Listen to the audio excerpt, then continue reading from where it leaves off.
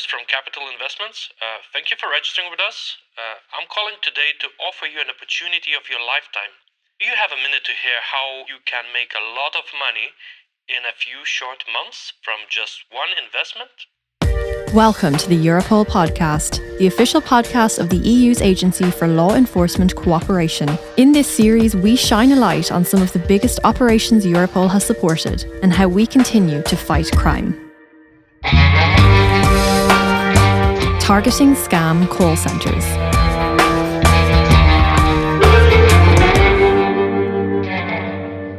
Most of our clients are not crypto experts. They're normal people who can afford something conservative. Perhaps you would be interested in investing a small amount so you could see the potential of a market and make an educated decision for yourself. Is that fair enough? In recent years, scam call centres have been popping up all over the EU. By cold calling citizens around the world, the organised crime groups running these centres have been able to elicit staggering amounts of money in short periods of time. By using advanced technological solutions to create fraudulent investment platforms, combined with psychological techniques, criminals persuade victims to invest in stocks, virtual currencies, and other products. However, these investments are entirely fake, and the victim's money is later misappropriated.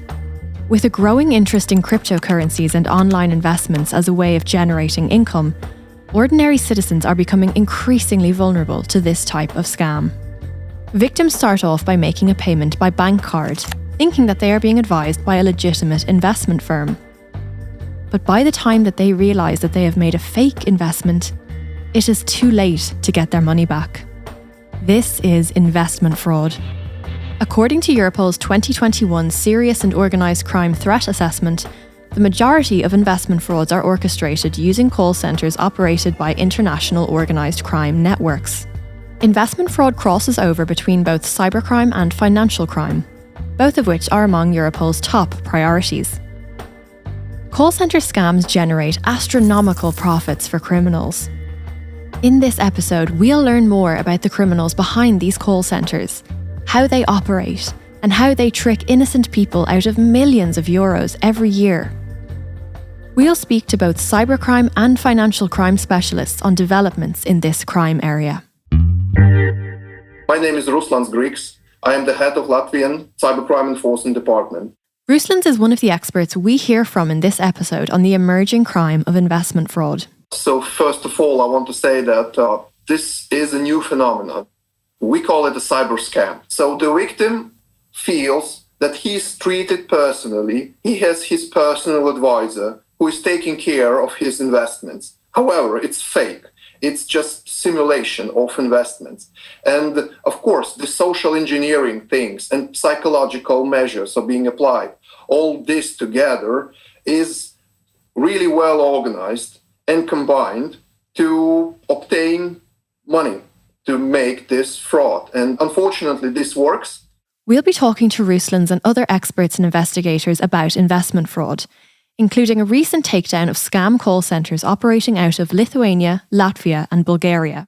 We'll hear about why Europol was instrumental in supporting these operations. We'll also examine broader trends in the field of investment fraud and explore why this has become such a lucrative crime area for organised crime groups.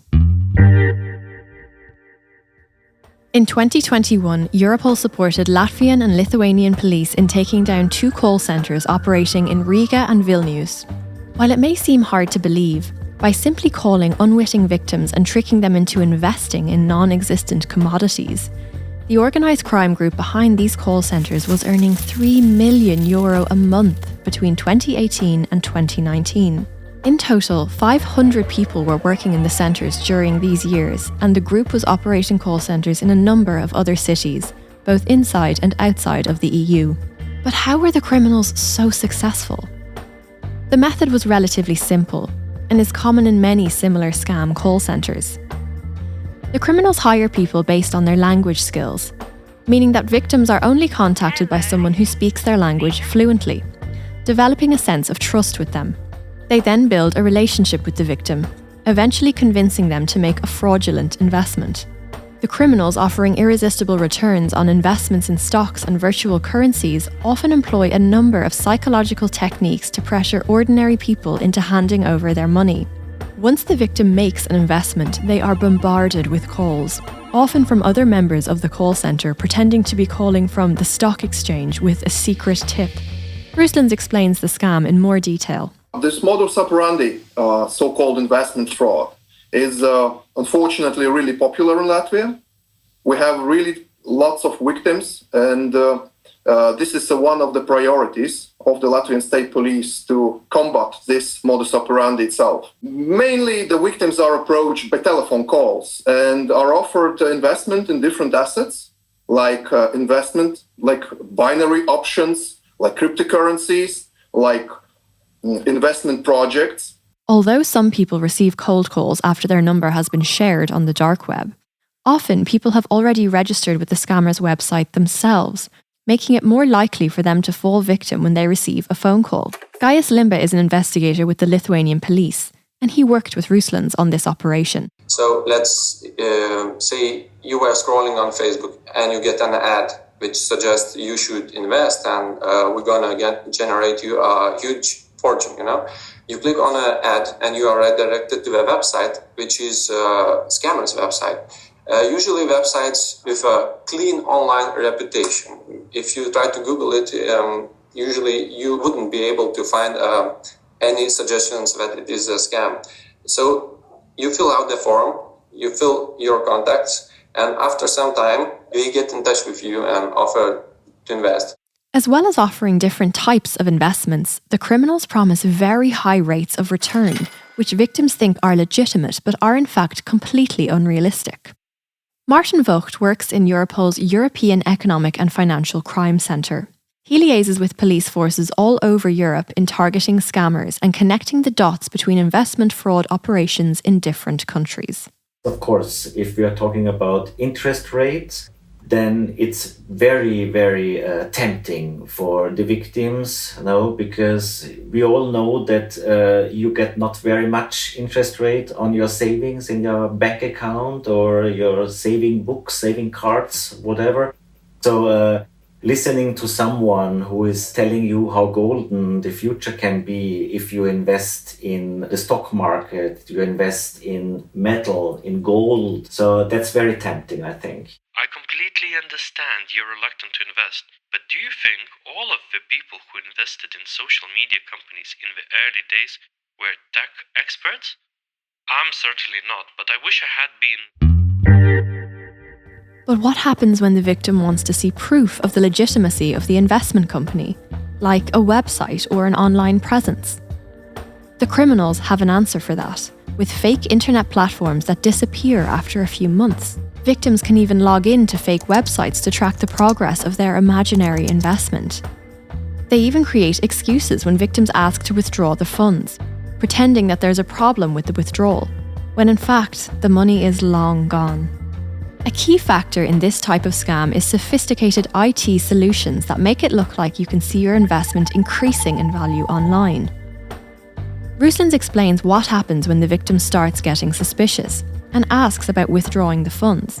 And of course, the problem occurs when the victim is willing to withdraw his funds. Of course, different obstacles are being created. There is a necessity to pay some taxes. There are some problems with the transaction. There are some problems with state authorities, different state authorities. And the victim is forced to pay more and more money to get his assets. This is really psychological methods are being used. The victim is forced to do quick things. He's not allowed to, think twice about what he's doing. Once the victim realises that something is not adding up, the criminals pretend that there are legitimate reasons why they cannot withdraw their money, such as fees or state taxes. The victim then pays the criminals more money, having been told that it will release their funds. So when the police realise that a call centre is operating illegally, what happens next? When the Latvian police were initially made aware of an organised crime group operating fraudulent call centres in both Latvia and Lithuania, They were quick to contact neighbouring Lithuania to begin a coordinated investigation. The initial investigation was started 2021. We obtained information about a possible call center operating from the Republic of Latvia. So during our investigation, we applied lots of different measures and obtained information about another call center, which was located in Vilnius, Lithuania. Of course, we contacted our Vilnius and Lithuanian colleagues. A joint investigation team was established with the help of Eurojust. And I want just to stress that the joint investigation team, the JIT, was established in just a couple of days. Of course, we involved Europol for the information exchange and for the assessment of the intelligence, since the amount of intelligence was enormous. The police had discovered an extensive, destructive scam that was targeting unwitting victims on a daily basis around the world, and they knew that they had to act fast. After meticulously tracking the criminals, the Latvian and Lithuanian police agreed to raid the call centres simultaneously in March 2021. On 24th of March, within the coordinated action simultaneously in two countries, in Riga and in Vilnius in Lithuania, we had simultaneous arrests and searches of different premises, not only call centers. So more than 20 searches were conducted in Latvia. Overall, the action day was a success. 80 people were detained in Latvia and 28 in Lithuania. The police also seized €95,000 in cryptocurrencies, as well as seizures of cash, bank accounts and luxury vehicles. The police successfully froze the accounts of the perpetrators too. One of the key successes of the action day was the seizure of computers and servers, which contained data that can be used for evidence in the ongoing investigation. We seized a bunch of computers. It is approximately around 200 computers, including servers. We accumulated a lot of data. We managed to obtain a large scale of electronic evidences. Several arrests were also applied. Financial Investigation Unit of the Republic of Latvia was also involved. And we were able to arrest assets of not only private entities, but also legal entities in the Republic of Latvia. Of course, we are conducting our investigation further. I'm convinced that this are not the final arrests. The Latvian and Lithuanian police won this particular battle by shutting down 2 scam call centres. But the bigger war against investment fraud was far from over. Europol has also been involved in other call centre takedowns in recent years, one of which took place in Bulgaria. In this instance, officers from the General Directorate for Combating Organised Crime targeted a criminal network which had defrauded mainly German and Greek investors of at least €10 million. The head of the Cybercrime unit, Vladimir Dimitrov, explains the extent of the scam. Majority of the victims, they were tricked to start with a few €100, and more than 50% of the victims, they lost like 10,000, 20, 30,000 euro. But there were victims who lost, some of them, 4, 5 and more million euro. Although this is a criminal enterprise, the business model of the call centres is actually very sophisticated and professional. They even appear so legitimate that some employees think that they are working for proper investment firms and don't realise that the money they are eliciting is being stolen. Like other jobs, the call centre management even provides documentation to employees on what to say and how to deal with certain situations, without explicitly telling them that they are committing an illegal offence. It is for this reason that management is more likely to employ young, enthusiastic staff members who have less experience but a greater need to earn money quickly. They speak the languages, they have their line manager, they have their papers on instructions where they are guided. So we found documents where they have been instructed in how to react, what to say exactly if someone complains or has an intention to withdraw the money. So believe me, they are super well trained. But as said, there might be also victims themselves in the matter of trust, because not always are these people able to realize that they are part of a scammer's network. Ruslans adds what he has noticed about the call centres in Latvia. So the call center is divided in different departments. We see that there is a financial department. We see that there is a human resource department. We see that there are logistical department, etc. So the business is really well run and structured. And therefore, they are able to operate on a large scale. Criminal groups run these professionally structured international call centres and steal millions of euros of the victims' personal savings. But what do the criminals do with such large amounts of money? The money is transferred between different bank accounts all around the world and is eventually laundered in offshore banks. From there, the criminals can use it to keep operating their illicit enterprises. Vladimir explains more.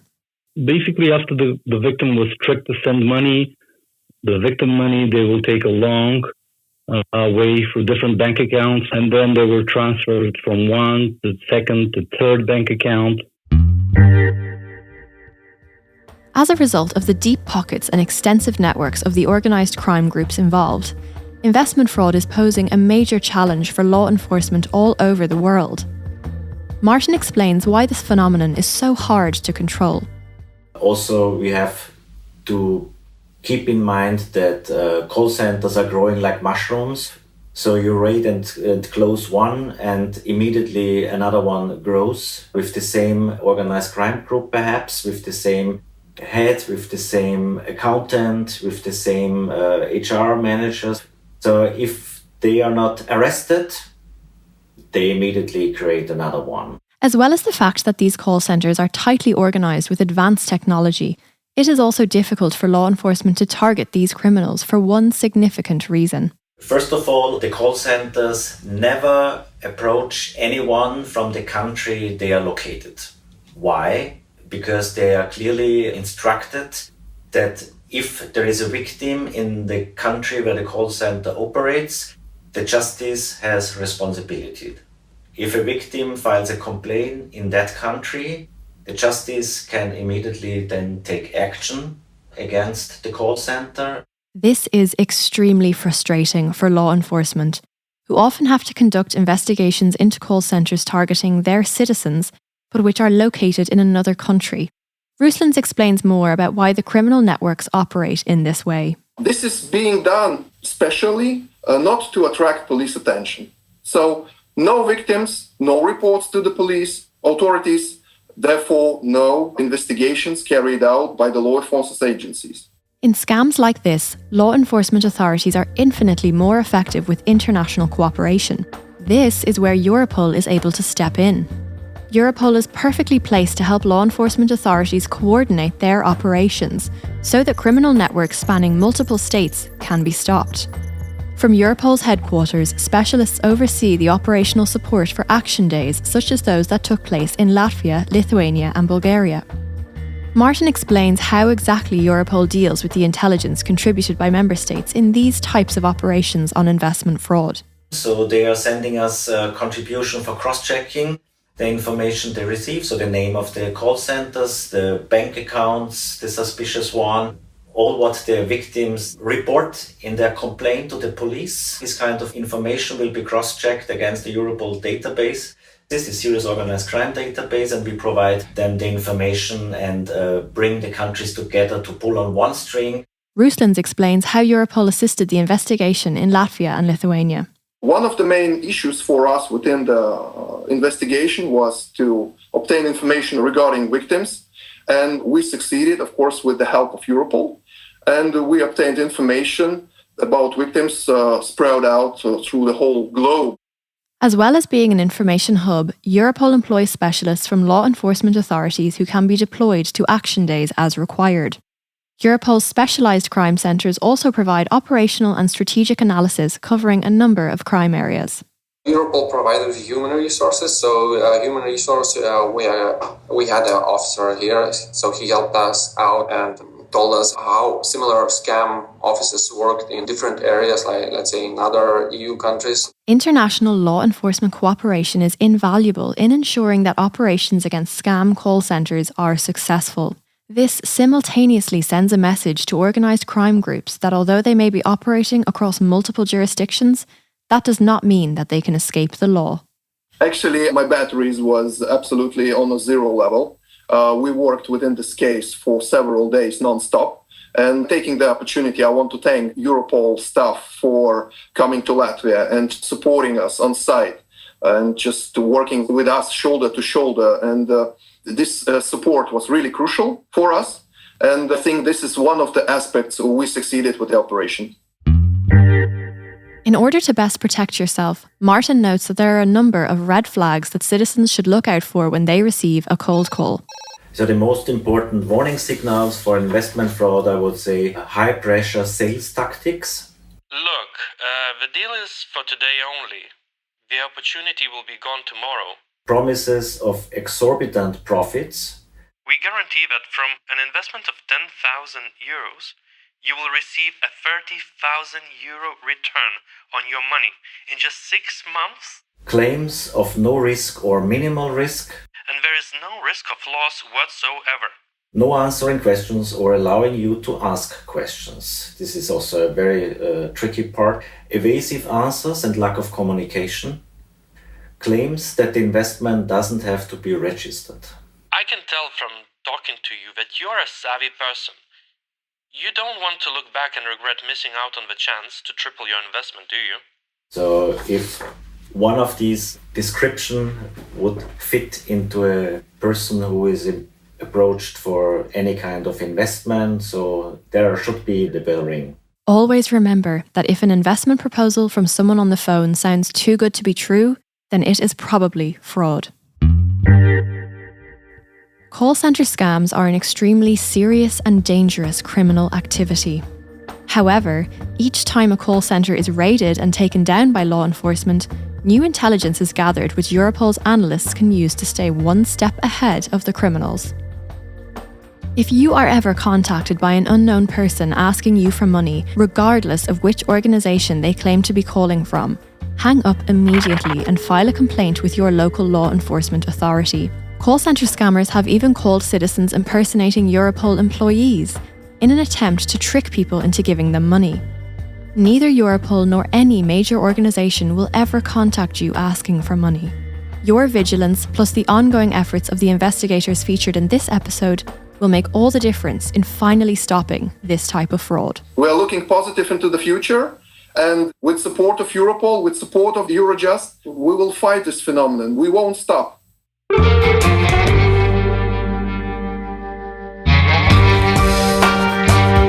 Thanks for listening. If you enjoyed this podcast, please be sure to rate, review, and subscribe on whatever platform you're using.